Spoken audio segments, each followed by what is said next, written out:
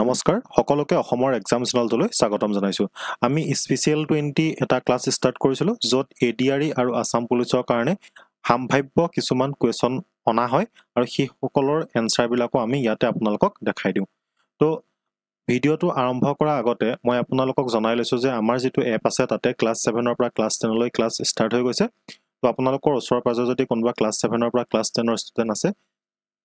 যি সকলে অনলাইন টিউচনৰ প্ৰতি আগ্ৰহী হয় তেওঁলোকক আপোনালোকে আমাৰ এই যেটো এপ আছে সেই এপটো ৰিকমেন্ড কৰি দিব বুলি আমি আশা কৰিলো তাৰ উপৰিও এডিআৰই আৰু আসাম পুলিচৰ কাৰণে আমি মডেল পেপাৰৰ ব্যৱস্থা কৰিছো যেটো আমাৰ এপত উপলব্ধ আছে তাত 16খন মডেল পেপাৰ আপোনালোকে পাব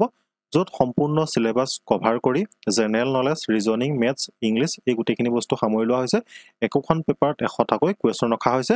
যেটোৱে আপোনাক আহিবলগীয়া এক্সামখিনিত বহুতে সহায় কৰিব বুলি আমি আশা কৰিছো আৰু আপোনালোকে যদি এতিয়ালৈকে এই কোৰ্সটো লোৱা নাই তেতিয়াহলে এই কোৰ্সটো আপোনালোকে লৈ ল'ব পাৰে তো আজিৰ যেটো আমাৰ প্ৰথম কোৱেশ্চন 61 যেটো 60টা কোৱেশ্চন আমি অলৰেডি আলোচনা কৰিলো সেইকাৰণে এটো 61 হৈছে তো প্ৰথম প্ৰশ্নটো ইয়াত দিছে যে উত্তৰ পূৰ্বাঞ্চলৰ কোনটো ঠাইক প্ৰাচীন কালত জ্যোতিষীৰ স্থান বুলি কোৱা হয় যে জ্যোতিষৰ স্থান মানে কি তাতে আপোনালোকে জ্যোতিষৰ স্থান বুলি চালে গম পায় ন হাত চোৱা কিবা কিবি হয় ন এইবিলাক গণনা কৰে তো এইবিলাকৰ স্থান বুলি কাক কোৱা হয় কামৰূপ প্ৰাগজ্যোতিষপুৰ ৰংপুৰ গড়গাঁও তো অপচন সমূহৰ ভিতৰত আমাৰ শুদ্ধ উত্তৰটো হৈছে কি প্ৰাগজ্যোতিষপুৰ তো প্ৰাগজ্যোতিষপুৰক কি বুলি কোৱা হয় জ্যোতিষৰ স্থান বুলি কোৱা হয় প্ৰাচীন কালৰ 62 সুধিছে যে কোন কামৰূপ ৰজাই হৰ্ষবৰ্ধনৰ লগত বন্ধুত্ব সম্পৰ্ক গঢ়ি তুলিছিল তো মই ইয়াতে ডিটেইলছত এই কাৰণে কোৱা নাই বেছিকে যে আমি আসাম হিষ্ট্ৰীৰ ওপৰত কনসেপচুৱেল ক্লাছ আলোচনা ষ্টাৰ্ট কৰিছো আপোনালোকে হেখিনি চাই লব তাতে গুটেখিনি বস্তু ডিটেইলছত আলোচনা কৰা হৈছে সেই কাৰণে মই ইয়াতে আপোনালোকক ইমান ভাঙি পিটি কৈ যোৱা নাই যদিও যত ইম্পৰ্টেন্ট হ'ব তো তাত মই আপোনালোকক অলপ কৈ যাম তো কোন কামৰূপ ৰজাই হৰ্ষবৰ্ধনৰ লগত বন্ধুত্ব সম্পৰ্ক গঢ়ি তুলিছিল ভগদত্ত নৰকাসুৰ ভাস্কৰ বৰ্মন পুষ্যবৰ্মন তো হৰ্ষবৰ্ধনৰ লগত যিজন আমাৰ বৰ্মন বংশৰ ৰজা ঠিক আছে বৰ্মন বংশৰ যিজন ৰজা বন্ধুত্ব সম্বন্ধ ৰক্ষা কৰিছিল তেখেতৰ নাম কি আছিল ভাস্কৰ বৰ্মন আৰু আমাৰ যিজন পুষ্যবৰ্মন আছে তেখেতৰ লগতো এজন ৰজাই সম্বন্ধ স্থাপন কৰিছিল বুলি কোৱা হয় বা তেখেতৰ সমসাময়িক বুলিও কোৱা হয় তেখেতৰ নামটো আপোনালোকে কমেন্টত লিখিব যাক কি হয় ভাৰতৰ নেপোলিয়ন বুলিও কোৱা যায় কোৱেশ্চন নম্বৰ 62 সুধিছে যে কুমাৰ ৰজা বুলি কাক কোৱা হয় কুমাৰ ৰজা তো আমাৰ বুৰঞ্জীত অসম বুৰঞ্জীত এজন ৰজা কি হৈছে কুমাৰ ৰজা বুলি প্ৰসিদ্ধ যেহেতু তেখেতে বিয়া কৰোৱা নাছিলে সেইকাৰণে তেখেতক কুমাৰ ৰজা বুলি কোৱা হয় তো তেখেত বৰ্মন ডাইনেষ্টিৰ এজন ৰজা হয় শেষৰ যিজন ৰজা বৰ্মন বংশৰ যিজন শেষৰ ৰজা তেখেতে হৈছে কুমাৰ ৰজা তো অপচন সমূহ দিছে পুষ্যবৰ্মন ব্ৰজদত্ত ভাস্কৰ বৰ্মন মল্লদেৱ তো মল্লদেৱটো ইয়াত নহয় হয় না ভাস্কৰ বৰ্মন হ'ব ইয়াতে শুদ্ধ উত্তৰ তো ভাস্কৰ বৰ্মনক কি বুলি কোৱা হয় কুমাৰ ৰজা বুলি কোৱা হয় কোৱেশ্চন নম্বৰ 64 ত সুধিছে যে শালস্তম্ভ বংশৰ ৰজাৰ ৰাজধানী ক'ত আছিল তো অপচন দিছে প্ৰাগজ্যোতিষপুৰ গড়গাঁও সৰুপেশ্বৰ কামৰূপ তো অপচন সমূহৰ ভিতৰত যেটো শুদ্ধ উত্তৰ হ'ব হেতু হ'ব সৰুপেশ্বৰ যেটো বৰ্তমান আমাৰ যিখন তেজপুৰ আছে ন সেই তেজপুৰখন কি হয় আমাৰ প্ৰাক ঐতিহাসিক কালত কি বুলি কোৱা হৈছিল সৰুপেশ্বৰ বুলি কোৱা হৈছিল তো ইয়াৰ বিষয়ে আমাৰ যেটো হিষ্ট্ৰী ক্লাছ আলোচনা হৈছে তাতে বহুত ডিটেইলছত আলোচনা কৰা হৈছে আপোনালোকে চাই লব লিংকটো ডেসক্ৰিপচনত পাই যাব আপোনালোকে কোৱেশ্চন নম্বৰ 65 ত চক যে ভাস্কৰ বৰ্মনে হৰ্ষবৰ্ধনলৈ পঠোৱা হৰ্ষবৰ্ধনৰ ৰাজপ্ৰসাদ ঠিক আছে ভাস্কৰ বৰ্মনে হৰ্ষবৰ্ধনৰ ৰাজপ্ৰসাদলৈ পঠোৱা ৰাষ্ট্ৰদূতজনৰ নাম কি আছিল এই প্ৰশ্নটো বহুতবাৰ এতিয়ালৈকে এক্সামত অহা দেখা গৈছে সেইকাৰণে ইয়াত অনা হৈছে মেঘদূত বিদুৰ হংসবেগ বৰুণ তো ভাস্কৰ বৰ্মনে হৰ্ষবৰ্ধনৰ ৰাজপ্ৰসাদলৈ কাক পঠাইছিলে হংসবেগক পঠাইছিলে তাৰ পিছত চক কোৱেশ্চন নম্বৰ 66 ত সুধিছে যে ভাস্কৰ বৰ্মনৰ নিধানপুৰ তামৰ ফলকৰ শিলালিপি তলৰ কোনটোত উল্লেখ আছে ভাস্কৰ বৰ্মনৰ নিধানপুৰ তামৰ ফলকৰ শিলালিপি প্ৰশ্নটো ভালকে চাব ঠিক আছে ভাস্কৰ বৰ্মনৰ নিধানপুৰ তামৰ ফলকৰ শিলালিপি তলৰ কোনটো বিষয়ে উল্লেখ আছে বুলি ইয়াত সুধিছে কামাখ্যা টেম্পল উমানন্দ ব্ৰাহ্মণ কায়স্থ তো ভাস্কৰ বৰ্মনৰ যেটো নিধানপুৰ তামৰ ফলক আছিল ন তাতে ব্ৰাহ্মণ সকলৰ বিষয়ে উল্লেখ আছিল ব্ৰাহ্মণৰ ভূমিদান এইবিলাকৰ বিষয়ে কি আছিল এই যিখন তামৰ ফলি আছিল সেই তামৰ ফলি লক্ষণত উল্লেখ আছিল কোৱেশ্চন নম্বৰ 67 ত চক ইয়াতে সুধিছে তলৰ কোনটো ৰাজত্ব কালত বৰ্মন বংশৰ অন্ত পৰিছিল মানে কুৱেশ্যন বিলাক এনেকেও সুধিব পাৰে আপোনালোক যে বৰ্মন বংশৰ শেষৰজন ৰজা কোন আছিল বা কোনজন ৰজাৰ দিনত বৰ্মন বংশ খতম হৈছিল ঠিক আছে তো এনেকুৱা ধৰণৰ কুৱেশ্যন বিলাক অকাই পকাই একেখিনি কুৱেশ্যনকে প্ৰায় আহা দেখা যায় ভূতি বৰ্মন বল বৰ্মন মহেন্দ্ৰ বৰ্মন ভাস্কৰ বৰ্মন তো শেষৰ যিজন ৰজা তেখেতৰ নাম কি আছিলে ভাস্কৰ বৰ্মন আৰু বৰ্মন বংশৰ প্ৰতিষ্ঠা কোনে কৰিছিলে পুষ্য বৰ্মনে এটো মন ৰাখিব আৰু বল বৰ্মন কেলে ইম্পৰ্টেন্ট যে বল বৰ্মনে তেখেতৰ জীয়েকক কালে বিয়া দিছিলে কাশ্মীৰৰ মেঘবাহনলৈ বিয়া দিছিলে যেটো কলহনৰ ৰাষ্ট্ৰৰংগিনী বুলি এখন কিতাপ আছে সেইটো কিতাপখনত উল্লেখ আছে আৰু ইয়াৰ ওপৰত কোৱেশ্যন আহে 68ত সুধিছে যে ৰত্নপালৰ দিনত পাল বংশৰ ৰাজধানী ক'ত আছিল পাল বংশৰ ৰাজধানী প্ৰথমতে কামৰূপ নগৰ আছিল তাৰপিছত কমতা আছিল হয় নহয় তেনেকে ৰত্নপালৰ দিনত কি হৈছিল অলপ সলনি কৰা হৈছিল তেখেতৰ ৰাজধানী কলৈ নিছিলে ইয়াৰ বিষয়ে ডিটেইলছত জানিবলৈ আপোনালোকে ভিডিও তলত যেটো ডেসক্ৰিপচন দিয়া আছে তাত চাব গুটেইখিনি বস্তু ডিটেইলছত আলোচনা কৰা হৈছে যেহেতু এটো এমসিকিউ হিচাপত মই লৈ আহিছো সেইকাৰণে ইয়াতে মই ডিটেইলছত আপোনালোকক কথাবিলাক কোৱা নাই ঠিক আছে কাৰণ দুবাৰ কৈ যোৱা হ'ব নহলে তো ৰত্নপালৰ দিনত পাল বংশৰ ৰাজধানী কি হৈছিল অপচন দিছে কামৰূপ দুৰ্জয়া প্ৰাগজ্যোতিষপুৰ হৰপেশ্বৰ তো হৰপেশ্বৰটো কি আছিল শালস্তম্ভ বংশৰ দিনত আছিল হয় নহয় কামৰূপটো নহয় তো দুৰ্জয়া শ্ৰী দুৰ্জয়া বুলি কোৱা হয় শ্ৰী দুৰ্জয় কি আছিল ৰত্নপালৰ দিনত পাল বংশৰ ৰাজধানী আছিল তো আপোনালোকক যদি কেতিয়াবা সোধে যে পাল বংশৰ প্ৰতিষ্ঠাপক কোন হয় পাল বংশৰ প্ৰতিষ্ঠাপক কোন হয় বুলি যদি সোধে তেতিয়াহলে তাত লিখি দিব কামৰূপৰ নে বেংগলৰ যদি কামৰূপত কয় তেতিয়াহলে আমি কাৰ নাম লম ব্ৰহ্মপালৰ নাম লম আৰু যদি আমাৰ বেংগলৰ কথা কয় তেতিয়াহলে আমি কাৰ নাম লম গোপালৰ নাম লব লাগিব কোচ সাম্ৰাজ্যৰ প্ৰথম ৰজা কোন আছিল এতিয়া চাওক ইয়াত সুধিছে কোচসকলৰ কথা কোচ সাম্ৰাজ্যৰ প্ৰথম ৰজা কোন আছিল বিশ্বসিংহ নৰনাৰায়ণ চিলাৰায় নৰসিংহটো নহয় তো কোচসকলৰ প্ৰথম যিজন ৰজা আছিল বিশ্বসিংহ হাৰিয়া মণ্ডলৰ পিতেক আছিল বিশ্বসিংহ হয় নহয় তো বিশ্বসিংহ আছিল কি হয় প্ৰথমজন ৰজা আৰু বিশ্বসিংহৰ পিছত কোন হৈছিল নৰনাৰায়ণ চিলাৰায় এইবিলাক হৈছে বিশ্বসিংহৰ পিতেক নৰনাৰায়ণ আছিল চিলাৰায় কি ককায়েক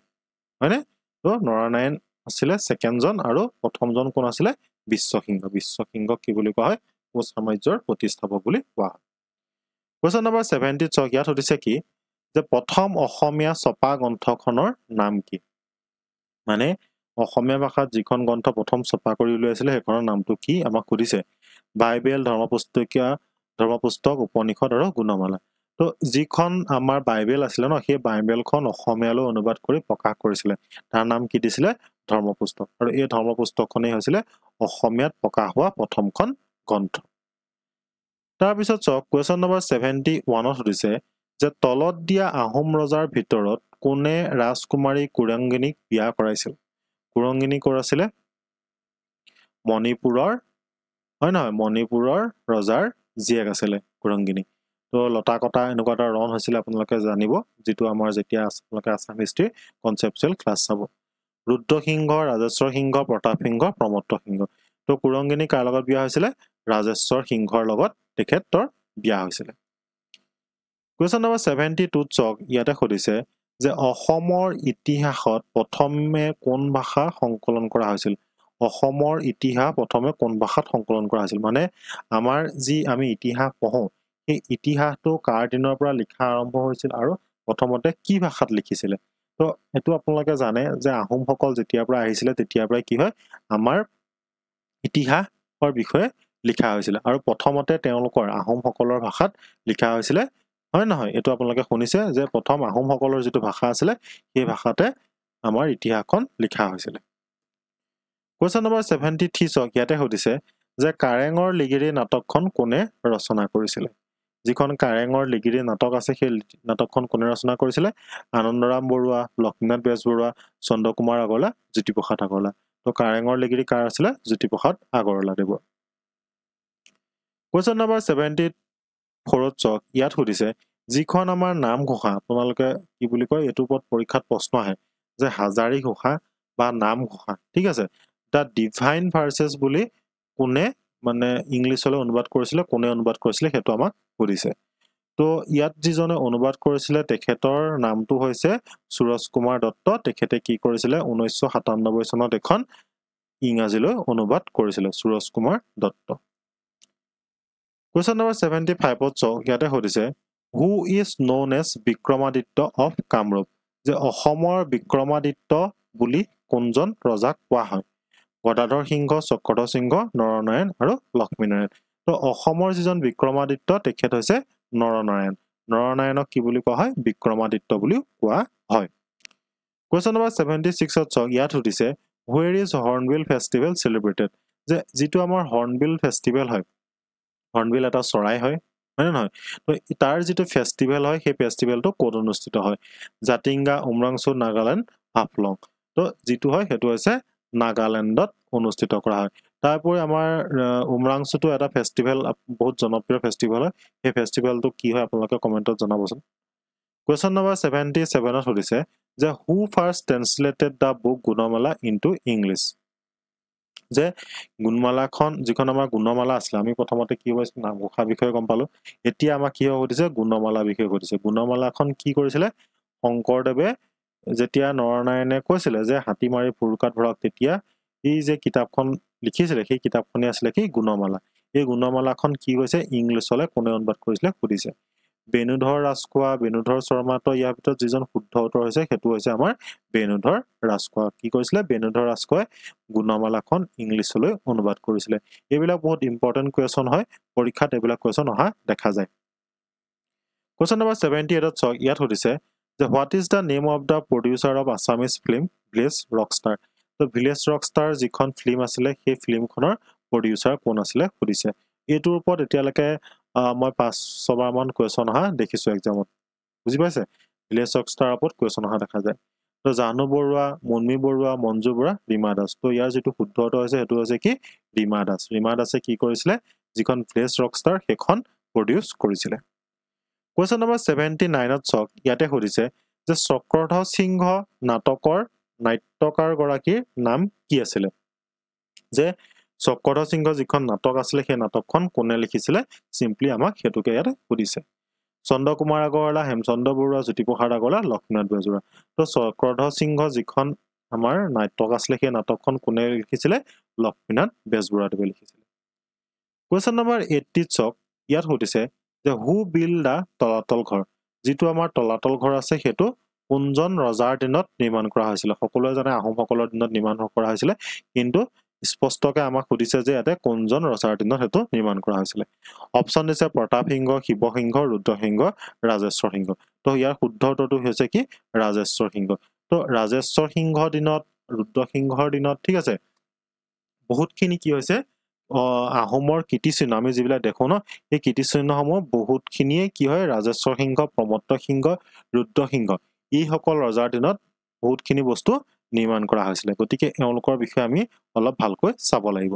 তো আজিলে আমাৰ ইমানখিনি আছিল 20টা কোৱেশ্চন ঠিক আছে তো আপোনালোকে ইমানখিনি সময় আমাক দিয়াৰ বাবে আপোনালোকলৈ ধন্যবাদ জনালো চেনেলটো সাবস্ক্ৰাইব কৰি দিব বুলি আশা কৰিলো লগতে লগৰ বন্ধু বান্ধৱীক